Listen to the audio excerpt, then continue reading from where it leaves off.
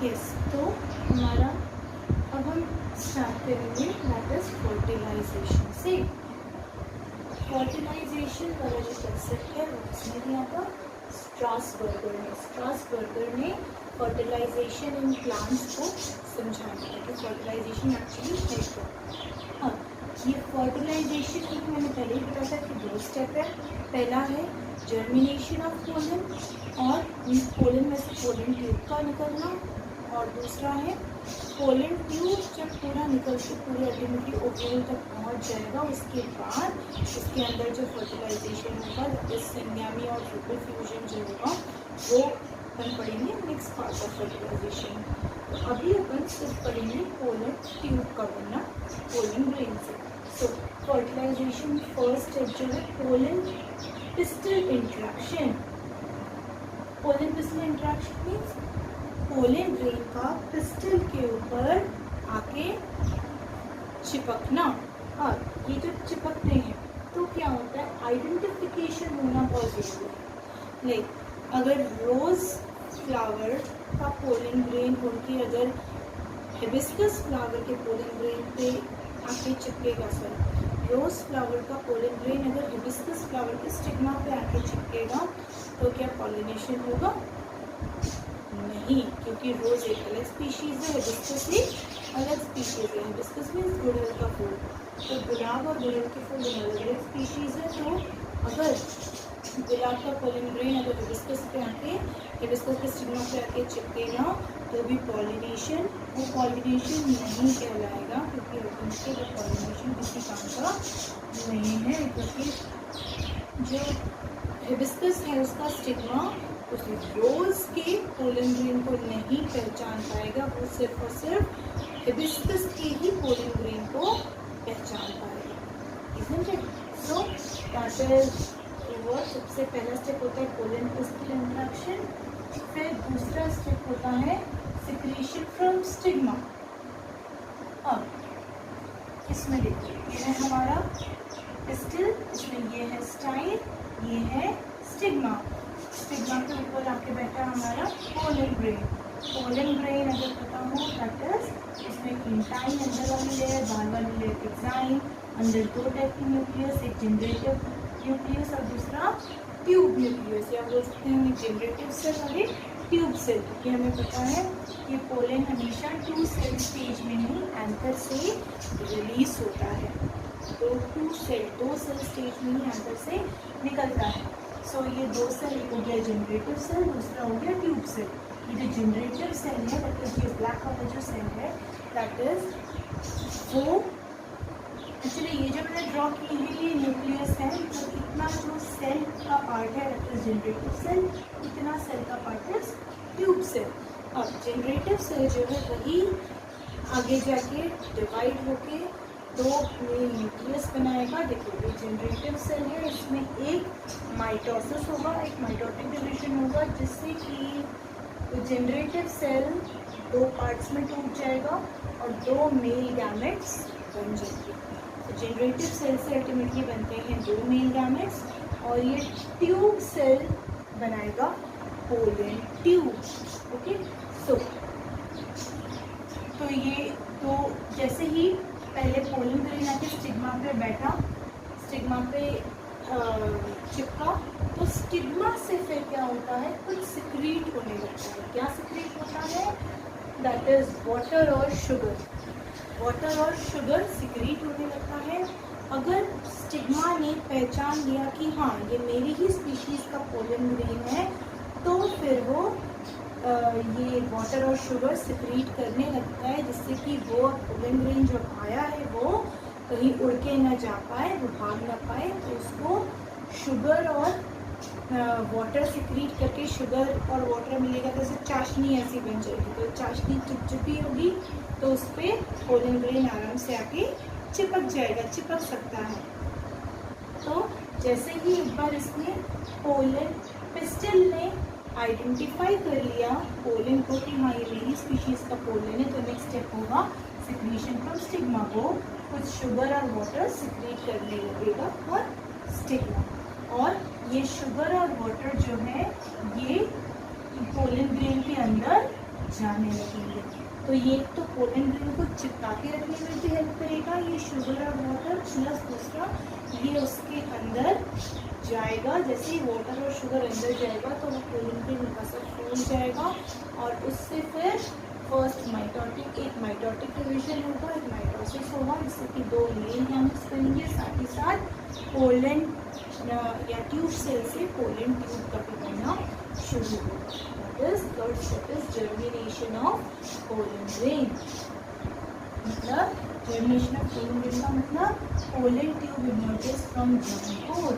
Pollen tube का निकलता है, हमें पता है कि पोलन ग्रेन के बाहर एक्साइन की लेयर होती है जो बहुत ही हार्ड और स्टफ होती है, स्पोरोपोलन की बनी होती है। तो फिर ये पोलन ट्यूब निकलेगा कहाँ से? अगर याद हो, मैंने जब पोलन ग्रेन का स्ट्रक्चर समझाया था तो मैंने बताया था कि पोलन एक्साइन के बीच में, एक्साइन की जो लेयर है वो कंटिन्यूस लेयर नहीं होती, उसके बीच बीच में कुछ कुछ खाली स्पेस रहता है जिसको कि हम बोलते हैं जर्म कोर। और उस जर्म कोर से पोलन ट्यूब निकलेगा। मतलब कौन कौन बनाएगा pollen tube? Tube cell. Tube cell pollen tube बनाएगा जो कि जर्म कोर से निकलेगा। अब कुछ प्लांट्स में या ज़्यादातर प्लांट्स में ऐसा होता है कि एक ही पोलन ट्यूब बनता है। अगर एक पोलन ट्यूब बनेगा तो उसे बोलेंगे हम मोनोसाइफोनस, और अगर एक से ज़्यादा पोलन ट्यूब बनेंगे तो उसे हम बोलेंगे पॉलीसाइफोनस। बट मोस्टली केसेस में, मोस्ट ऑफ द केसेस में मोनोसाइफोनस कंडीशन ही होती है, मतलब एक ही पोलन ट्यूब बनता है। तो एक पोलन ग्रेन से एक ही पोलन ट्यूब निकलता है। तो अब नेक्स्ट है ग्रोथ ऑफ पोलन ट्यूब। अब पोलन ग्रेन से पोलन ट्यूब बन गई। अब पोलन ट्यूब को क्या करना है? बढ़ना है, अंदर की तरफ जाना है। उसे कहाँ तक जाना है? उसे पूरा ओवरी के ओव्यूल के अंदर तक जाना है। तो पोलन ट्यूब को एक बार जैसे ही पोलन ट्यूब निकल गया या पोलन जर्मिनेट हो गया तो अब उस पोलन ट्यूब का लगातार बड़ा होते जाना है और अल्टीमेटली ओवरी तक पहुंचना है। तो अब जब मैं पोलन पिस्टल के बारे में बता रही थी तो मैंने बताया था कि जो स्टाइल होता है वो दो टाइप का होता है, हॉलो और सॉलिड। अब अगर हॉलो स्टाइल होगा तो उसमें क्या होगा? देखो सिर्फ साइड में सेल्स है, जिसकी जगह खाली है, खोखला है, इसलिए हॉलो बोल रहे हैं। और इसमें क्या होगा? आराम से पोलन ट्यूब नीचे की तरफ जाता जाएगा, कोई रुकावटें बीच में नहीं आएंगी।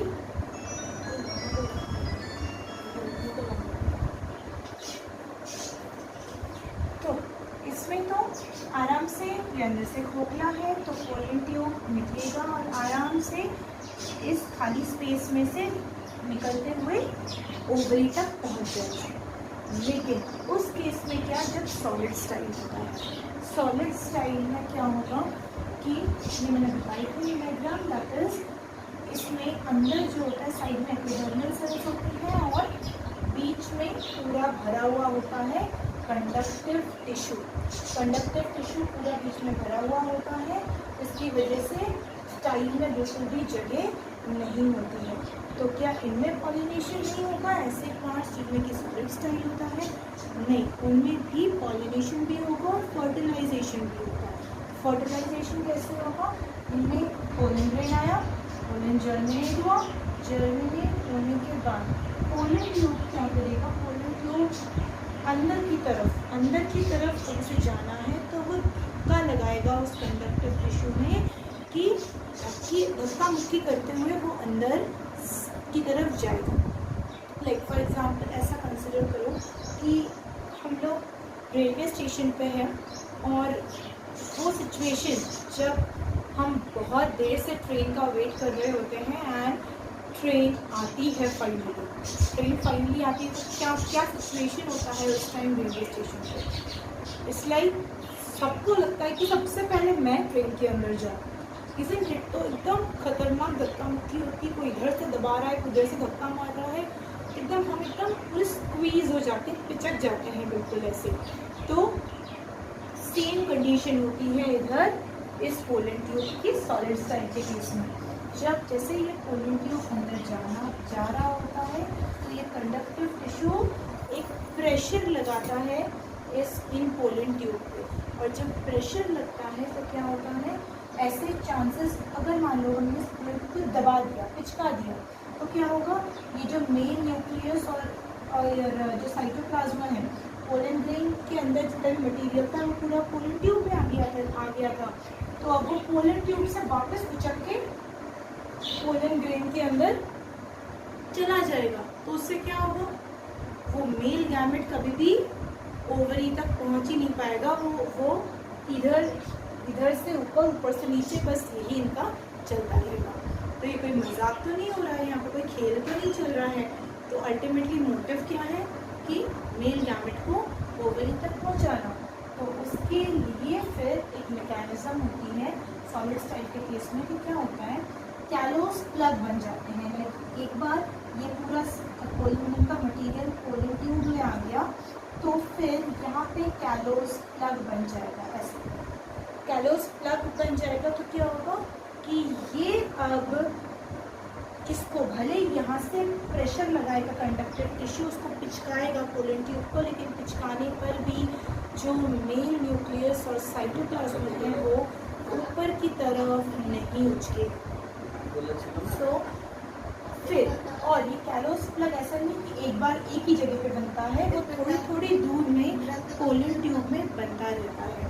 लाइक पहला कैलोस प्लग इधर बना, फिर वो साइटोप्लाज्मा और मेन न्यूक्लियस आगे की तरफ बढ़ा, फिर दूसरा कैलोस प्लग इधर बना कि अब वापस से उचक ना पाए।